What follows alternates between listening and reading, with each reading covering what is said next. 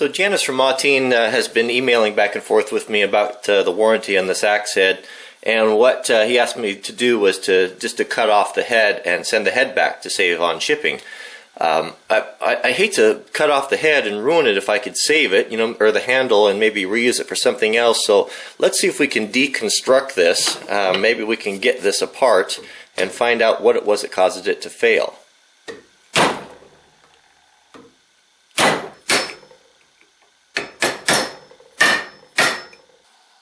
I got a little axe forensics going on here.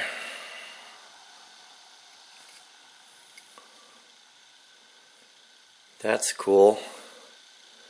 That wedge looks like it's hand forged.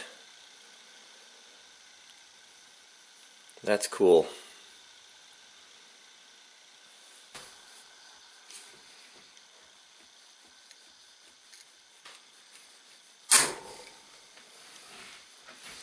Well, I broke my ice pick. This wood doesn't seem to be very hard.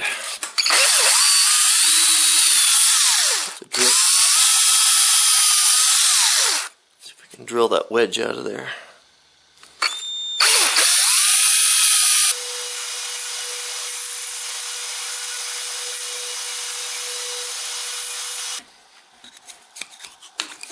So I think I've got all that wedge out of there. So I had to come over to the big shop here to use a more suitable vise. So we've got the wedge removed. See if we can't carefully and gently get this head and slip it off of here.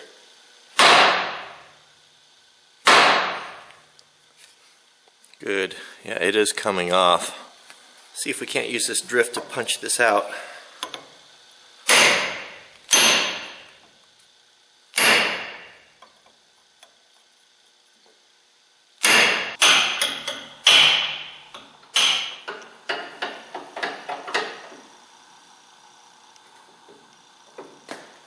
So what are we learning here? This is interesting to me because I'd like to know, what caused this to loosen up and fail so I don't have these problems. What I see is definitely there was a filler material used in here, some sort of an epoxy. A glue, some sort. None on the back side. I can see definitely none on the back side there. And a good fit there. I mean, just overall, you can see how the lower head portion of the head there pressed in. It's done properly. The problem seems to be up here in the front, and there was a filler added here. I can't tell if there was any used in the back, but in the front for sure. See, the problem with this is wood is a living material. It expands, it contracts. That's the reason why they put expansion joints in bridges, because weather changes, it gets hot, it gets cold, it needs to move. If something is immovable, it will shatter. That's why glass is so brittle. That's why ice is so brittle. And when you take a living organism like wood that's not static, and you apply or try to mate it to a static material like a glue or epoxy, which is immovable, inflexible, it just won't work. Something's got to give, and that's what we saw here. So let's take a look at the head. Let me back this off here a little bit. So one thing I was wanting to check, an axe head needs to be wider at the top than it is at the bottom. There, so you can have that wedging effect to help keep it from coming off. And from what I could tell here, we can measure. Let's see what we got. So if we measure the center,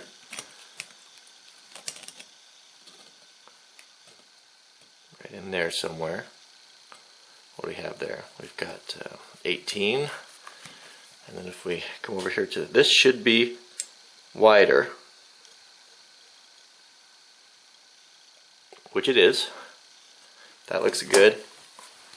So if we're looking at the back of the casting right there, you can see it's good. It's very clean. There's a void, little void right there. Not a big deal. That's to be expected by hand forged forging. But what's interesting is in here. Alright, with the help of my carpenter's clamp here, I've got a little hands-free lighting for you. It's interesting. See, I think part of the problem here is what I see is it looks like when this was forged, they had a void that formed in here. And I can't be 100% certain. Get the light, but it looks to me that this was tried to fill. They tried to fill this with some weld. It looks to me. I could be wrong, but it definitely looks to me like a little wire feed welder or some sort of welder in there to fill the gap.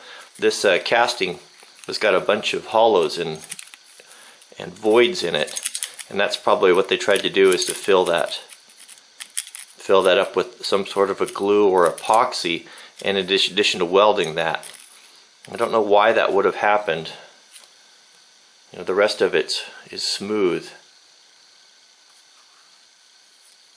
You know, see, the thing is, this needs to be smooth. You need to be able to come in contact with as much wood as possible. The wood needs to fit around here and to touch as many places as possible. And what's unfortunate about this is a real critical point where, you know, this is where it failed, you know, moving back and forth. So here we have the wood only being able to come in contact right here and towards the bottom, and all of this here is lower and deeper in a void that was filled with glue or epoxy, and that's why it failed.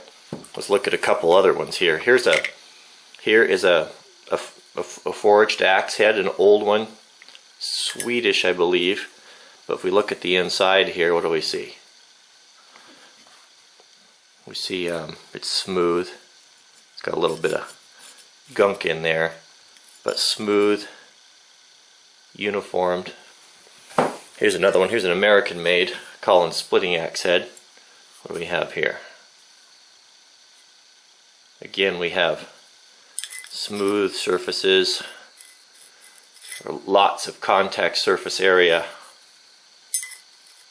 Doesn't have to be perfect, but man, you couldn't have a void in a worse spot than this right here. You're asking too much of those little areas of contact there to come into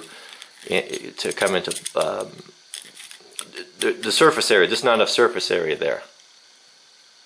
So you know, I don't know. It's going to be it might be difficult to get a handle that will ever seat in this head with those voids in there. We'll see. That's a tough spot. That's a tough one to fill.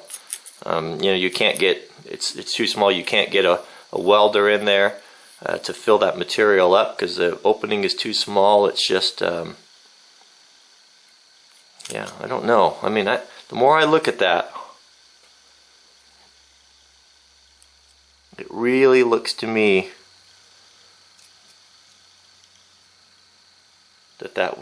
that right there, that's a little bit of wire feed there. So it just dawned on me to run a straight edge on this. When I put a straight edge on this, and when I look in there with my flashlight, I can see that the straight edge is only coming in contact with about 1/3 of the front of the axe head. So I think that is a major contributor to our failure. I don't know how you'd fill that. That's it. That's the little Wranglerstar axe forensics, and I was able to save this handle. So I'll send this back to Janice, and he asked me to send it to him personally, and he will see to it. So I'll trust that he'll do the right thing and make it right. But this will be maybe something we can use on a future project. There's nothing wrong with it. Just needs cleaned up a little bit. Thanks for watching. We'll see you later.